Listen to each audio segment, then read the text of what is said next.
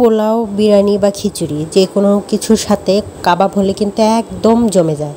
আর chicken জালি কাবাবটা কিন্তু ঠিক তেমনই।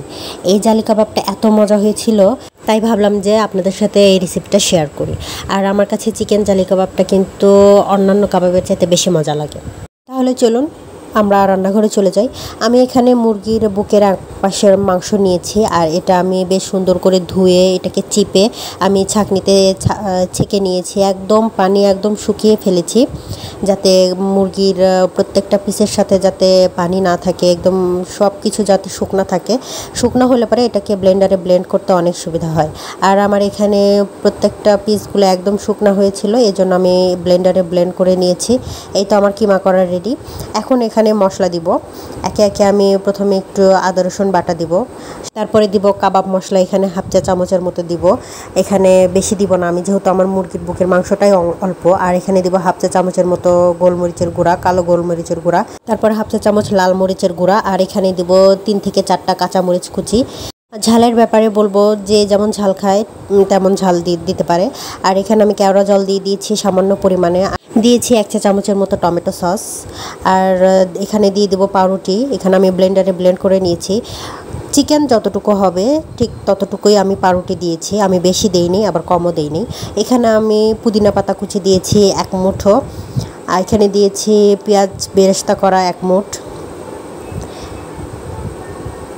কাঁচা পেঁয়াজ দিয়ে দিব এখানে 1 মুঠ, আর এখানে স্বাদ মতো লবণ দিয়ে দিব।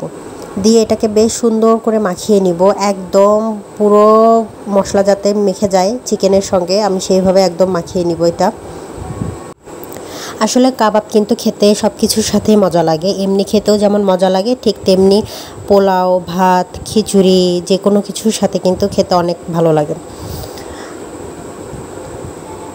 এখানে আমার মাখানো হয়ে গেলে আমি এখানে 2 চা চামচের মতো পেঁয়াজ বেরেস্তা করা তেল দিব। আমি এখানে ঘি দিতে পারতাম, কিন্তু আমার কাছে ঘি ছিল না। ঘি দিলে ভালো হয়, ঘিয়ের একটা সুন্দর একটা ফ্লেভার আসে, তো আমার কাছে ছিল না, এই জন্য আমি পেঁয়াজ বেরেস্তা করার তেল দিয়েছিলাম 2 চা চামচের মতো।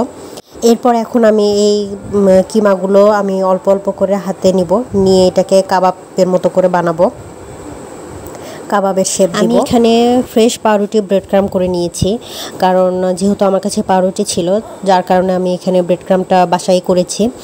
আর অনেকে টোস্ট বিস্কুটের গুঁড়া দেয়, আমি এটাই দিয়েছি।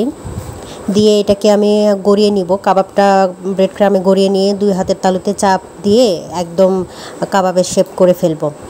এভাবে আমি প্রতিটা কাবাবই সুন্দর করে ফেলবো। এই তো আমার সবগুলো কাবাব তৈরি করা শেষ। এখানে মোট 8টা কাবাব হয়েছে, আর 3টা কাবাব বড় হয়েছে, আর বাদবাকি কাবাবগুলো একটা মানে একটু ছোট হয়েছে। আপনারা চেষ্টা করবেন একই রকম রাখার। এখন এটা ভাজার পালা। আর এখানে আমি জালি কাবাব ভাজার জন্য এখানে আমি ডিম নিয়েছি। ডিমের কুসুমটা হয়তো বা সবাই বলবেন যে কই গেল, ডিমের কুসুমটা আমি অন্য কাজে লাগিয়েছিলাম, এই জন্য আমি সাদা অংশটা নিয়েছি। আর এখানে দিয়েছি সামান্য পরিমাণে লবণ, দিয়ে বেশ সুন্দর করে ফেটে নিয়েছি। এরপরে তেলটা গরম হতে দিয়েছি। খেয়াল রাখতে হবে তেলটা যেন একদম বেশি গরম না হয়, তাহলে কাবাবগুলো দেওয়ার সঙ্গে সঙ্গে ব্রেড ক্রামগুলো পুড়ে যাবে, খেতে ভালো লাগবে না।